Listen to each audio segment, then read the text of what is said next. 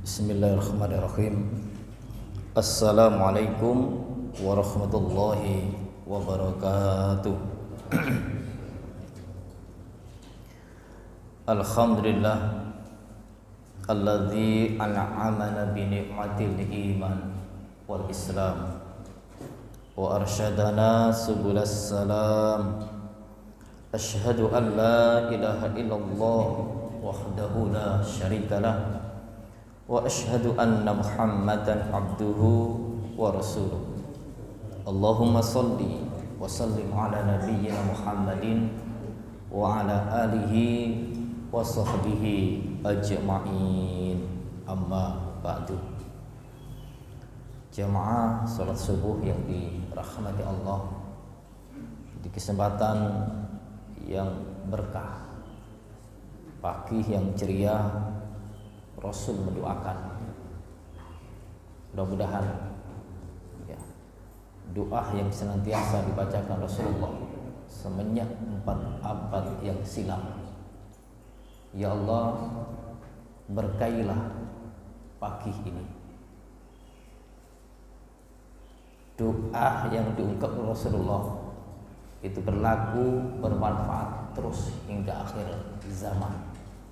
Maka kita tinggal melestarikannya sehingga pagi-pagi kita senantiasa diberkahi oleh Allah, khususnya mengawalinya dengan langkah atau amal-amal yang soleh, dan semuanya ini mudah-mudahan senantiasa diberkahi oleh Allah Subhanahu wa taala.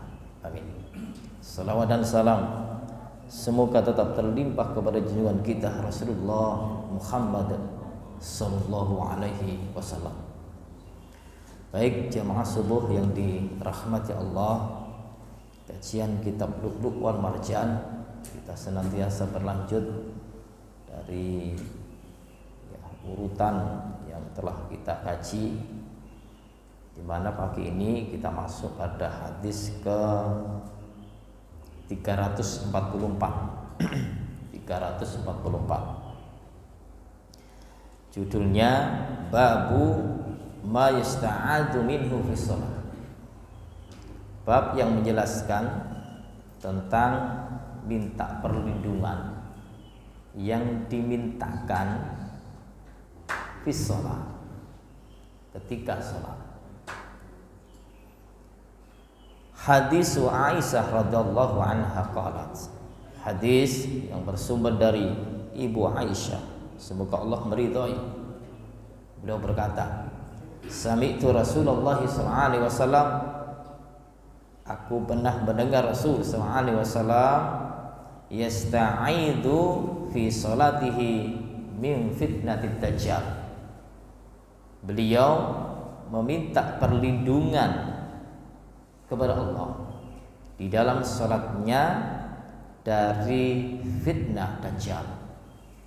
Akhrajahul Bukhari, yang dikutip oleh muallif di dalam Kitabul Adzan, ya, bab doa qabla salam, yaitu bab doa yang diucapkan oleh Rasulullah sebelum salam atau usai di dalam salatnya, salat apapun, yaitu maksudnya salat yang baik salat sunnah ataupun salat wajib, dan tidak untuk salat seperti salat jenazah.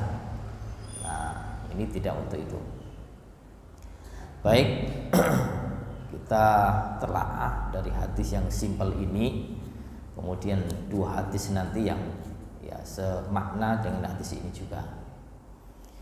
Di dalam hadis ini kaum muslimin itu terfitnah dengan adanya dajjal. Dajjal ini bukan makhluk yang berupa sifat, bukan makhluk yang hanya nama kemudian tiada wujud. Tapi Dajjal ini nanti adalah memang makhluk yang hakiki, ada wujudnya, yang kelak akan tampil, akan muncul di antara 10 tanda kiamat besar. Di antaranya adalah turunnya Dajjal. Rasulullah SAW sampai beliau sendiri minta perlindungan kepada Allah dalam sholatnya. Beliau minta perlindungan. Nah sekarang kalau kita logika tanya, Rasul itu kan sudah masuk, sudah terjaga, dosa dimaafkan yang lalu ataupun yang akan datang. Tapi sementara beliau kok masih minta perlindungan. Kita simpel untuk menjawabnya dan tidak merendahkan Rasulullah, tapi kita justru husnudzon dan wujud Rasulullah minta doa perlindungan kepada Allah di dalam sholatnya ini. Ada beberapa kemungkinan. Pertama, Rasul itu mengajari umatnya. Nah ini Rasul mengajari umatnya. Kenapa? Karena tadi bahwa dosa beliau yang lampau dan yang akan datang dimaafkan dan beliau terjaga. Sehingga doa-doa yang beliau panjatkan itu untuk mengajari umatnya. Nah, kemudian juga Rasul menunjukkan tentang tawadhu'nya beliau, bahwa beliau sudah diberikan keistimewaan, segalanya fasilitas yang Allah berikan kepadanya, tapi beliau istiqomah dalam berdoa kepada Allah. Ini menunjukkan ketawadhu'an beliau. Nah, ini berbeda dengan orang-orang yang sombong. Saya sudah kaya, tak butuh orang lain. Tapi bagaimanapun orang kaya walaupun belum, beliau bilang aku tidak butuh orang lain. Ini tidak bisa. Pasti suatu saat juga akan butuh kepada orang lain, karena manusia adalah makhluk sosial. Dan Rasulullah butuh kepada Allah. Ini menunjukkan bahwa beliau adalah contoh terbaik. 1 detik pun, 1 menit pun, itu pun juga harus minta perlindungan kepada Allah Subhanahu wa ta'ala. Demikian juga umatnya. Sehingga umat ini tiada kalimat, tiada ungkapan yang terbesit dalam hatinya, satu kalimat yang tidak layak, yang diungkapkan, oh cukup, aku tak butuh ini, tak butuh ini. Nah, setidaknya kalau itu memang sudah cukup, ya diam. Ya, jangan sampai sikap yang tinggi diungkapkan oleh lisan seseorang. Rasul sampai dikatakan, Rasul, ya, jenengan ini dosa lampau akan datang dimaafkan, tapi kenapa engkau masih sujud seperti ini? Kalau sujud sholat kakinya sampai bengkak. Tapi apa kata Rasulullah? Bukankah aku tidak diperkenankan menjadi hamba yang bersyukur? Nah, ini jadi hamba yang mensyukuri atas nikmat Allah. Itu contoh utama adalah Rasulullah Sallallahu Alaihi Wasallam. Nah, kemudian meminta perlindungan kepada Allah Subhanahu Wa Taala. Ini dikatakan bahwa di dalam kitab Sahih Bukhari ini, ya dalam kitab Lu'lu' wal Marjan, yang muallif mengutip dari kitab Sahih Bukhari tentang bab doa qabla salam, bab doa sebelum salam. Beliau minta perlindungan kepada Allah dari fitnah Dajjal. Ini diantaranya, karena nanti ada doa yang isinya itu 4. Namun pada sisi lain, ketika kita itu minta perlindungan kepada Allah dari fitnah Dajjal, ya ada yang juga beliau ajarkan, hadis Sahih Muslim, man hafidhah, siapa yang hafal, yang meresapi asyra ayat min awali surat al-kahfi, min awali suratil kahfi usimah minat Dajjal, rawahu Muslim. Barang siapa yang hafal 10 ayat surat Al-Kahfi, maka akan dijaga dari fitnah Dajjal. Nah, kemudian di hadis yang lain bahwa siapa yang membaca man qara'a surat Al-Kahfi, siapa yang baca surat Al-Kahfi di hari Jumat, hari Jumat Al-Kahfian. Ini banyak yang diterapkan masjid-masjid. Kalau Jumat pagi surat Al-Kahfi, pondok juga ada beberapa pondok menerapkan untuk habis subuh hari Jumat surat Al-Kahfi. Barang siapa membaca surat Al-Kahfi, membaca. Kalau tadi siapa yang menghafal surat Al-Kahfi dari awal sampai ayat 10, dipelihara oleh Allah dari fitnah Dajjal. Apalagi satu ayat, surat pertama sampai terakhir dari surat Al-Kahfi itu. Nah, ini akan diberikan cahaya oleh Allah, diberikan cahaya oleh Allah dari satu Jumat ke Jumat yang lain. Berarti Jumat, umpama ini Jumat dibaca, maka akan terpelihara dari satu Jumat ini ke Jumat yang lain. Berarti berapa hari jedanya itu? 7 ya. Hari Jumat, Sabtu, Ahad, Senin, Selasa, Rabu, Kamis, ketemu Jumat lagi. Al-Kahfian. Pak, surat itu gak mentas Pak, tak waca isu-isu kubu kerja, gak apa-apa dicicil. Nah, pokok sedina Bang, iki nek kapane sempat dan longgar untuk membaca surat Al-Kahfi, karena surat Al-Kahfi itu luar biasa. Kisah-kisahnya itu, satu ada berisi tentang kisah Ashabul Kahfi.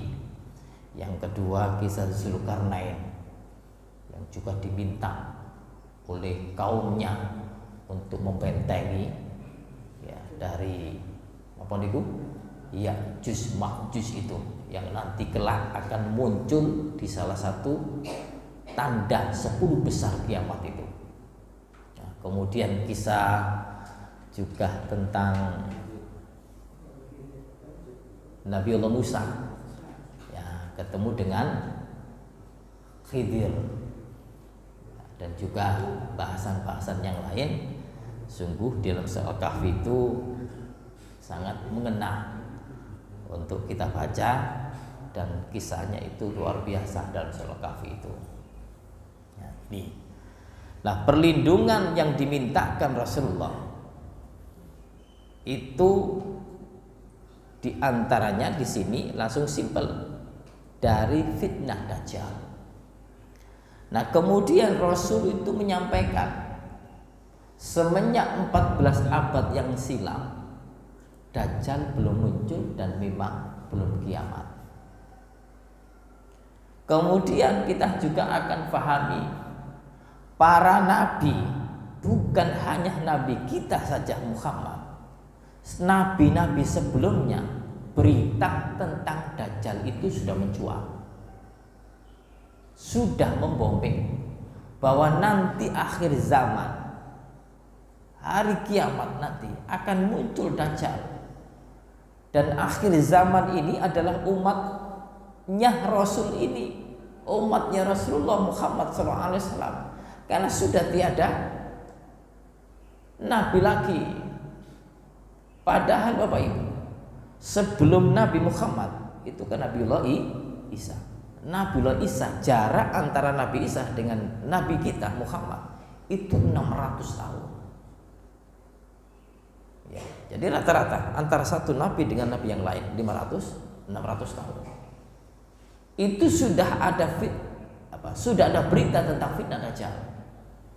Sehingga sampai Rasulullah SAW mengatakan dan Sahih dalam riwayat Bukhari, ma ba'asallahu min nabiyyin illa andara qaumahu al-a'war al-kadzdzab.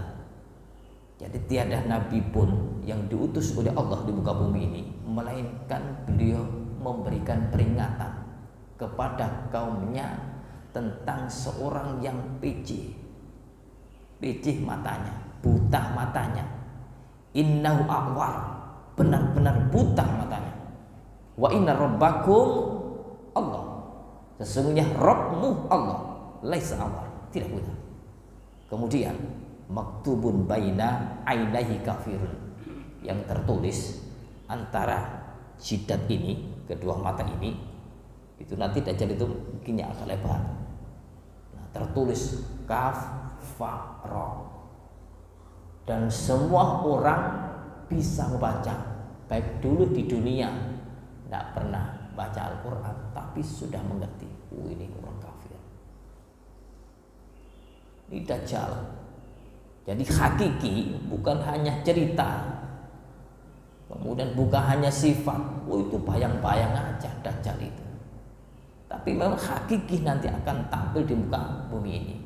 Yang dulu dalam kajian Dajjal khusus, insya Allah sudah kami sampaikan.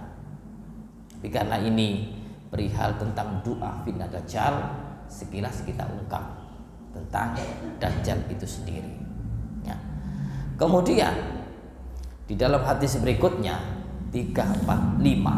Nah, 345. Hadisu Aisyah zaujin Nabi sallallahu alaihi wasallam an Rasul sallallahu alaihi wasallam. Kana yad'u fi shalah. Ini dari Aisyah lagi, istri Nabi, bahwasanya Rasul sallallahu alaihi wasallam beliau berdoa di dalam sholat. Ini masih dalam sholat, walaupun tadi sudah sebutkan bahwa sebelum salam doa itu dibaca. Allahumma inni a'udzubika min adzabil qabri. Nah, ini satu. Allahumma inni a'udzubika min adzabil qabri. Ya Allah, sesungguhnya aku berlindung kepadamu dari azab kubur. Ini laki-laki hakiki. Azab kubur yang sudah disepakati oleh Ahlussunnah wal Jamaah ada. Ini masih ada orang nggak percaya azab kubur. Kalau cerita azab kubur, tanya ngeten, sampean wis tahu. Iki sing ngomong gak patek beneh.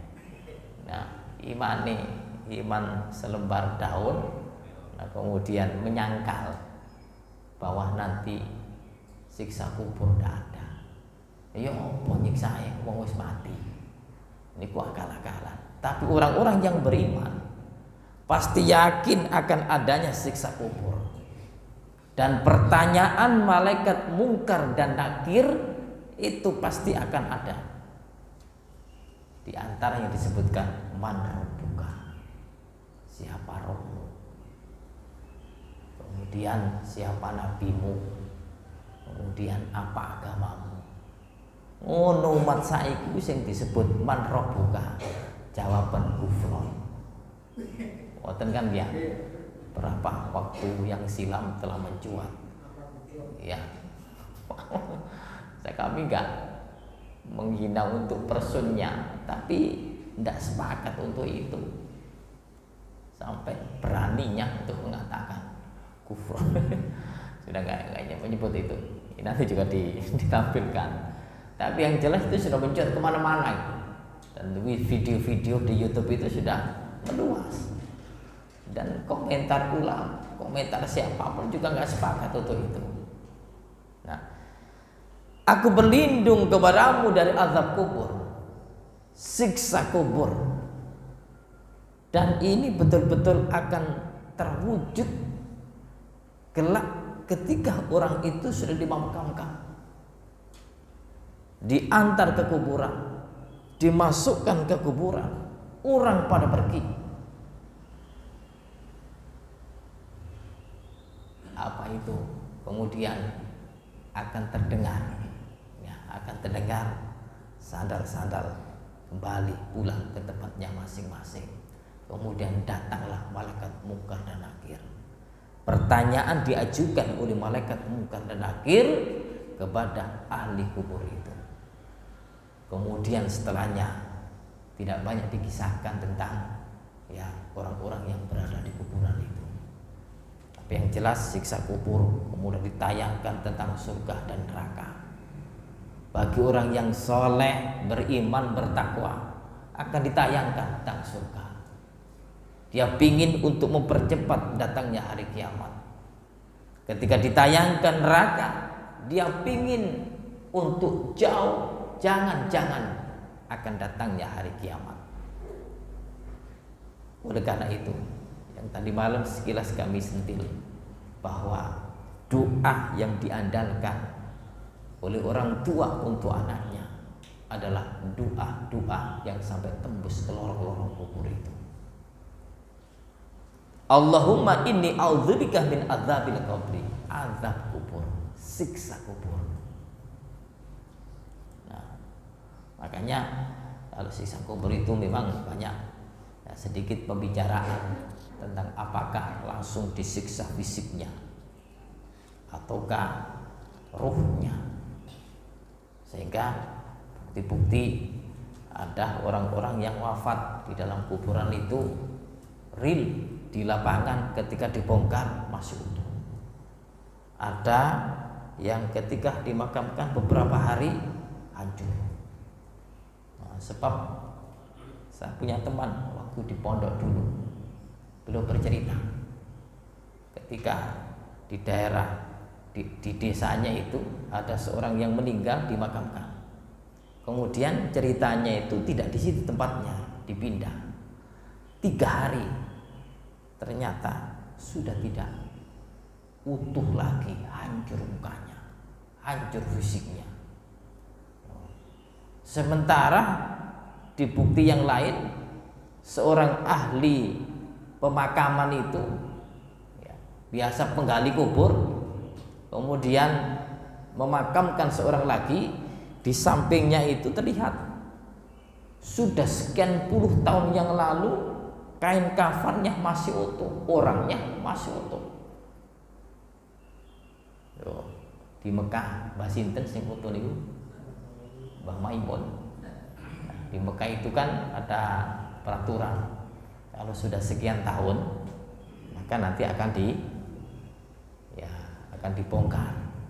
Ternyata waktu Mbah Maimun dibongkar masih utuh. Nah, peraturan tidak berlaku. Nah, dia tidak berani karena masih utuh. Nah, ini di Mekah. Ini orang-orang orang-orang baik, orang-orang soleh. Ini bukti bahwa fisiknya masih utuh. Nah, kemudian yang kedua, ini ada 4 yang dimintakan Rasulullah SAW. Wa'udzubika min fitnatil masiihid dajjal. Dan aku berlindung kepadamu ya Rabb dari fitnah Dajjal. Dan Dajjal ini nanti di akhir zaman akan tampil dan akan memfitnah kepada siapapun yang saat itu beliau hadapi. Sehingga Rasul SAW mengatakan, ketika nanti ada umatku yang berjumpa dengan Dajjal, lari engkau, semunji engkau, dan jaga dirimu dengan doa-doa yang telah kuajarkan. Surah Al-Kahfi, doa ini. Ya, doa Allahumma inni a'udzubika min adzabil qabri wa min adzabil jahannam wa min fitnatil masiihid dajjal. Doa-doa yang wa min fitnatil mahya wal mamati wa min syarri ada, wa min syarri ada, wa min fitnatil langsung ada, wa min syarri fitnatil masiihid dajjal. 4 perlindungan itu. Ini sampai Imam Taus, seorang tabi'i, mengajari kepada anaknya, nak nek kapane kuwi ya ndak membaca Allahumma inni a'udzubika min adzabi jahannam dan seterusnya itu, kamu tak minta mengulangi sholatmu. Loh, ini apa? Karena secara hukum sih sunnah, tapi saking semangatnya seorang tabi'in untuk tidak meninggalkan doa ini, sampai menyampaikan kepada anaknya, kalau engkau tidak baca doa ini, aku minta engkau ulangi sholatmu. Nah, ini menunjukkan saking semangatnya para ulama-ulama dulu untuk ngajari anak-anaknya agar tidak melepas doa ini, karena ini penting. Kemudian yang ketiga, wa'udzubika min fitnatil mahya wa min fitnatil mamat. Ya Allah, aku berlindung kepadamu dari fitnah hidup dan fitnah mati. Nah, fitnah hidup ini banyak. Kita bersosial, ya, difitnah, dituduh.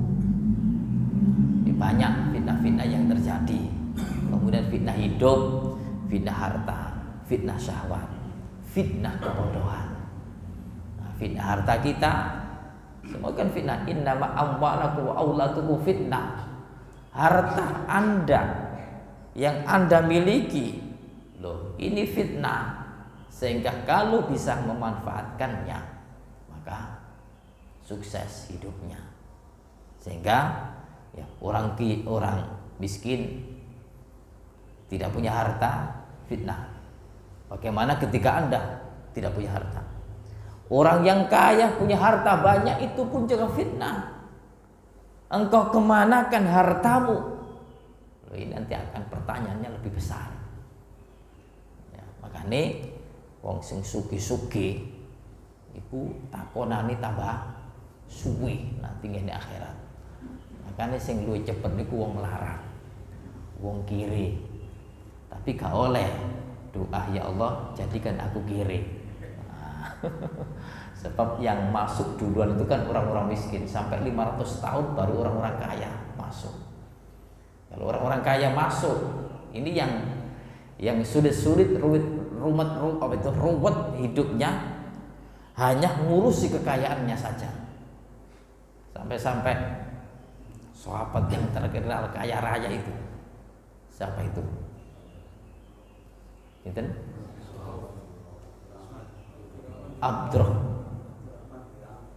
Abdurrahman bin Auf. Itu kan hijrah dari Mekah ke Madinah. Lah hijrah dari Mekah ke Madinah itu peraturannya tidak boleh bawa harta apapun. Kaya raya Abdurrahman bin Auf, dengan kekayaannya itu diminta pilihan oleh orang-orang kafir Quraisy. Kalau engkau hijrah ke Madinah, pilih.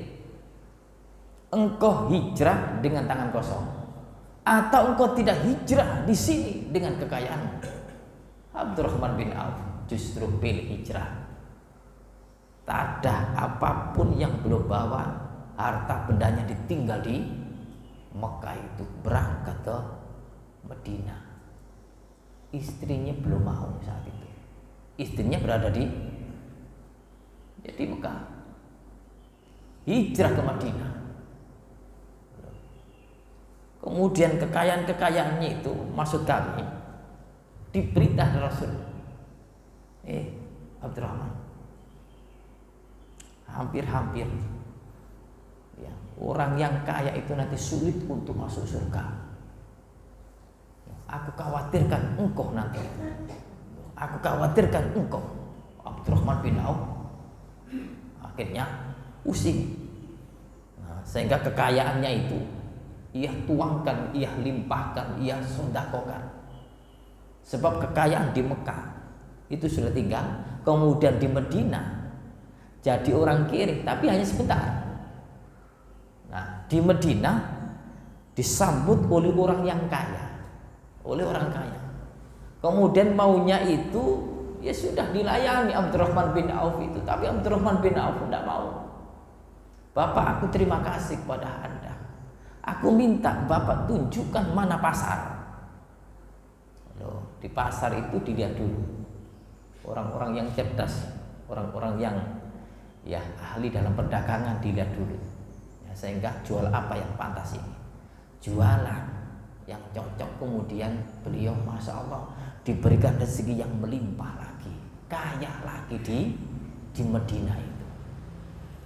Nah, cuma satu sisi karena istrinya tiada, loh, saking api kaum Ansor menolong orang-orang Muhajirin, maaf sampai yang punya istri dua ditawari Abdurrahman bin Auf, Abdurrahman mau istri? Oke, kata Abdurrahman. Ya istri saya aja, yang satu ini sampai pilih yang mana kau mau. Kemudian istrinya dibilangi, nyonya, ini Abdurrahman bin Auf, maukah engkau untuk menjadi istrinya Abdurrahman bin Auf? Ya tidak apa-apa. Ya, sehingga dilepas satu, diberikan kepada Abdurrahman bin Auf. Ya, kemudian Abdurrahman bin Auf jumpa dengan Rasulullah. Abdurrahman, kenapa pipimu kok merah? Tertawa. Saya habis nikah Rasul. Nah, siapa istrimu? Iki tum-tuman koncoku. Ya kancaku duwe loro diken aku situ. Tapi saat itu kan ya saat kondisi yang seperti itu kan tidak apa-apa waktu itu. Ya, karena saking baiknya orang-orang Ansor itu. Sehingga baru muncul hadis aulim walau bisa itu. Kalau gitu buatlah walimah walaupun 1 ekor kambing. Nah ini, nah Abdurrahman bin Auf enteng, pedus itu. Nah ini maksud kami, kekayaan Abdurrahman bin Auf itu dilimpahkan, dibuat untuk membantu kaum muslimin. Sehingga Abdurrahman bin Auf juga nanti pertanyaannya gak sulit, karena kekayaannya dibuat untuk fisabilillah. Nah ini fitnah kehidupan, fitnah harta, kemudian fitnah syahwat kita. Kuatkah kita menahan syahwat ketika ada ya, zina, kemudian ada hiasan, ada sesuatu yang menarik jiwa kita sehingga kita terkalahkan dengan kecantikan, kemegahan dunia itu. Fitnah hidup wa fitnal mamat. Nah, ada fitnah hidup itu yang paling berat, sakaratul maut. Dan ini juga bisa dikatakan fitnah maut, karena antara hidup dan mati, sakaratul maut. Ini yang paling berat dan setan menggoda yang paling kuat untuk menggoda ketika orang itu akan meninggal dunia. Ini perjuangan setan itu terakhir. Sehingga keluarga ketika ada orang saudaranya yang akan meninggal dunia, tolong ya, ketika longgar, ketika waktunya itu sempat, gunakan untuk mendekat dan jaga orang yang akan meninggal tadi. Apa yang perlu dijaga? Talkinkan, lakinu mautakum la ilaha illallah. Karena ini penjagaan yang setan itu jangan sampai ngucap ini gitu. Inilah fitnah yang paling besar dalam kehidupan untuk meraih kebahagiaan akhirat nanti. Kalau Anda lolos untuk mengucapkan kalimat la ilaha illallah, setan sudah tak mampu. Wah, saya kalah. Saya tidak berhasil untuk mengkafirkan atau mengkufurkan orang ini di saat meninggal. Kemudian fitnah al-mamat. Nah, fitnah mamat, fitnah kematian. Kira-kira orang yang meninggal ini pernah nggak meninggalkan warisan yang tidak baik? Ya, baik warisan harta, warisan kata-kata, warisan tingkah laku, warisan percontohan. Kalau itu warisannya yang buruk-buruk, nah itu akan timbul fitnah-fitnah yang terjadi. Nah oleh karena itu kita berusaha dalam hidup ini untuk memperbaiki diri kita, sehingga nanti tidak akan tampil fitnah waktu kematian. Fitnah yang terjadi waktu kematian dan terus dinas di dalam Al-Quran. Abu Jahal, Abu Lahab, itu karena menorehkan keburukan terus dan memfitnah Rasulullah, memusuhi Rasulullah, sehingga ditayangkan di dalam Al-Quran itu terfitnah terus. Nah, ini. Kemudian yang ketiga, Allahumma inni a'udzubika minal ma'thami. Nah, minal ma'thami wal maghram. Ya Allah, aku berlindung kepadamu dari dosa. Kemudian wal maghram, dan dari hutang. Faqala lahu, maka ada yang tanya, ma aktsar ma tasta'idhu minal mahram. Kenapa engkau berdoa? Kenapa engkau banyak berdoa untuk minta perlindungan dari hutang? Faqala inna rajula idza gharima hadasa fakadzaba. Sesungguhnya seorang yang berhutang kalau bicara berdusta. Wa wa'ada fa akhlafa, dan kalau berjanji memungkiri. Nah, hutang Bapak Ibu ini harus hati-hati ya, karena hutang nanti di akhirat terganjal untuk urusan dihisab ya, terganjal gara-gara hutang belum selesai. Nafsul mukmin mu'allaqatun bidaini hatta yuqda. Jiwa rohnya seorang mukmin itu akan terkatung. Maksudnya ketika dihisab itu tidak akan dihisab karena hutangnya belum selesai. Sehingga penyelesaiannya gimana? Dipanggil orang-orang yang dihutangi dulu. Oh, ya kamu hutang belum bayar ya? Belum. Hutang berapa? 1 juta. Nah, terus gimana? Ya saya minta ganti. Gantinya apa? Pahalanya itu diberikan. Ini hutang. Nah, tapi kalau orang yang menghutangi, masya Allah luar biasa. Ngutangi sedino, bayarannya sedino. Maaf, pahala sedino. Anda utang berapa? 100. Berapa hari? Seminggu. Bayar, maaf, pahala seminggu. Nek setahun. Maka nek utang, tuh bisa. Suwe. Suwe no, itu pahalanya gitu ya. Jadi ada kebaikan terus besok lagi, kebaikan lagi, kebaikan lagi. Ya, tapi orang yang berhutang yang tidak bayar itu berat nanti di akhirat. Karena pertanggungjawabannya tidak akan dihisab sebelum hutangnya selesai. Lah, orang yang hutang ini dikatakan Rasulullah, ketika ada orang yang berhutang itu kalau ngobrol, ngomong berdusta. Apa dustanya? Kalau ada orang nagih, loh, roto-roto, aku nek kapane ono wong nagih warang, bapak bukan omah, kita berusia ono ngono. Bilang nak ya, nanti kalau ada orang kesini cari ayah, bilang ayah masih kerja. Cari sing nagih, nak ayahmu kemana? Kerja pak, sandale kok ono.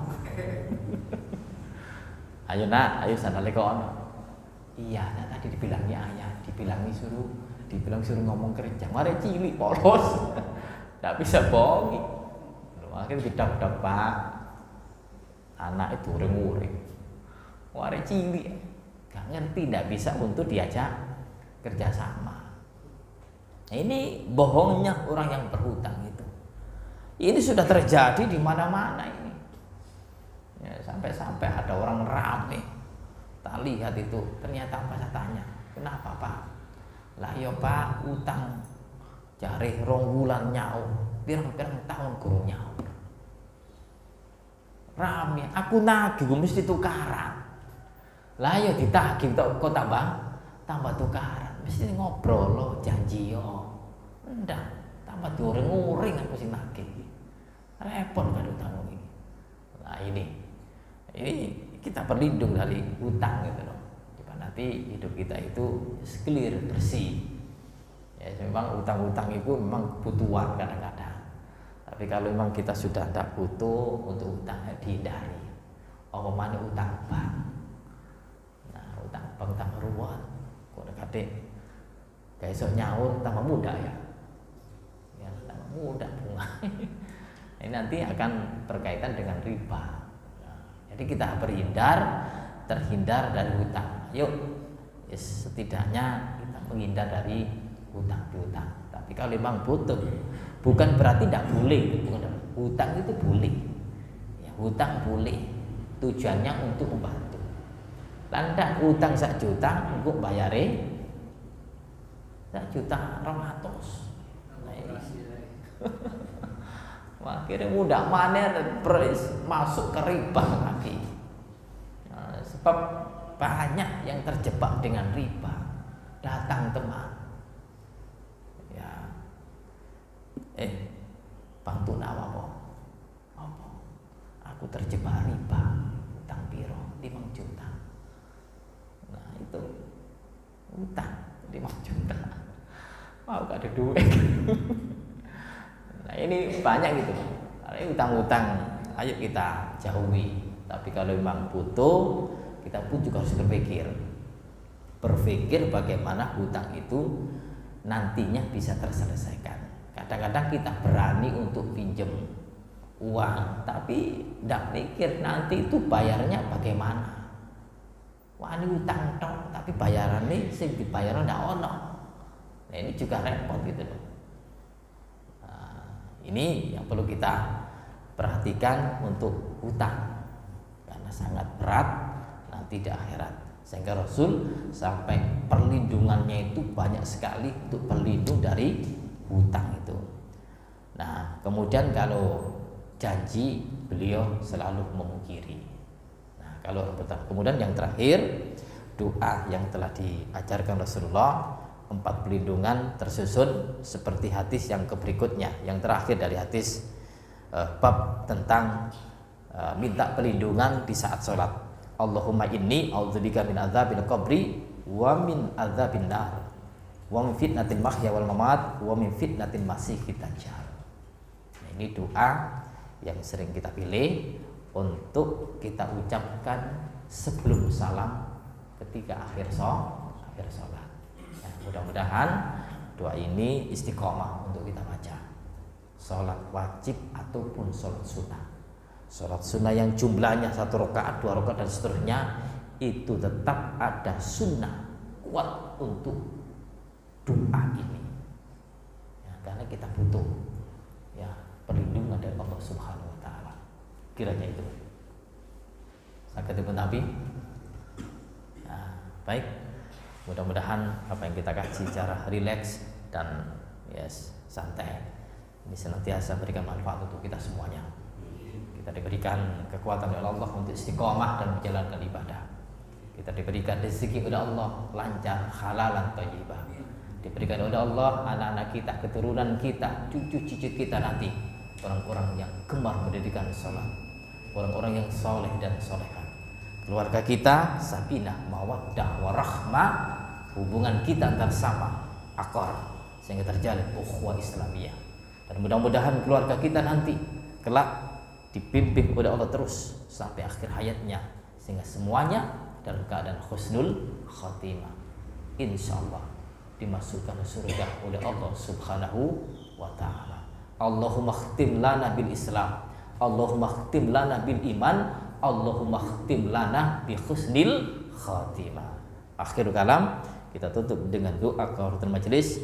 Subhanakallahumma wa bihamdika asyhadu an la ilaha illa anta astaghfiruka wa atubu ilaik. Wassalamualaikum warahmatullahi wabarakatuh.